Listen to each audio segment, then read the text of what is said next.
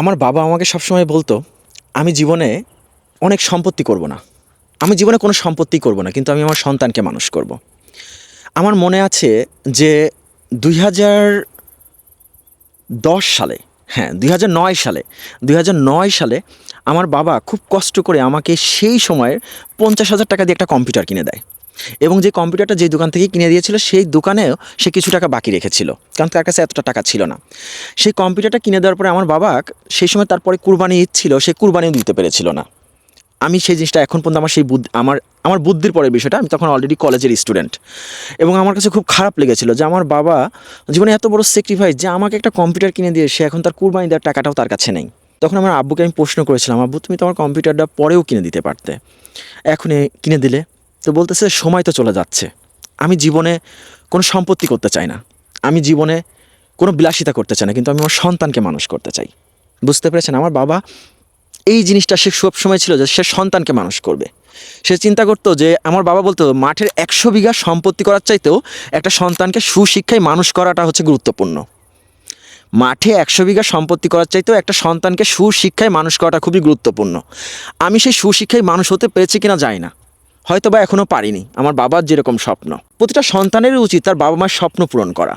এখন এই স্বপ্ন পূরণ করার পিছনে বাবা মায়ের কিছু অবদান আছে, বাবা মায়ের কিছু জিনিস চিন্তা ভাবনা করতে হয়, থিঙ্কিং করতে হয়।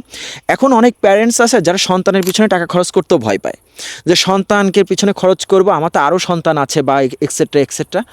বিষয়টা এরকমভাবে না দেখে সন্তানদের পিছনে যখন আপনি ইনভেস্ট করবেন, সেটা ইনভেস্ট না ভেবে সন্তান যে দুনিয়াতে এসেছে, যে সন্তান এটা আপনার একটা অ্যাসেট, এই জিনিসটাকে যদি আপনি খুব সুন্দরভাবে নার্সিং করে দুনিয়াতে রেখে যেতে পারেন, সেটার ফসল আপনি সব জায়গাতেই পাবেন। সন্তান মানুষ করে দেওয়ার পরে সে আপনার ভরণ পোষণ দেয়া না দেয়া সেটা হচ্ছে তার ব্যাপার।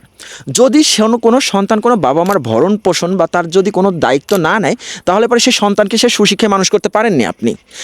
আপনার যদি সন্তানকে যদি আপনি সুশিক্ষায় মানুষ করতে পারেন, আপনার সন্তান যত বড়ই হয়ে যাক সে আপনাকে ভরণ পোষণ দিতে বাধ্য, সে আপনার জীবনে টেক কেয়ার করতে বাধ্য।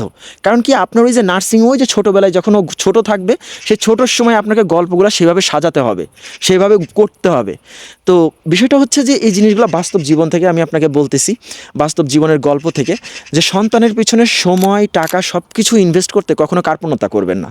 ছেড়ে দেন ওর হাতে, দেন ও বুঝুক যে কি হবে। সেটা যদি খারাপ হয়ে যায় কোনো সমস্যা নাই, তারপরও মনের কাছে শান্তি পাবেন। আর যদি ভালো হয়ে যায় তাহলে কি করবেন?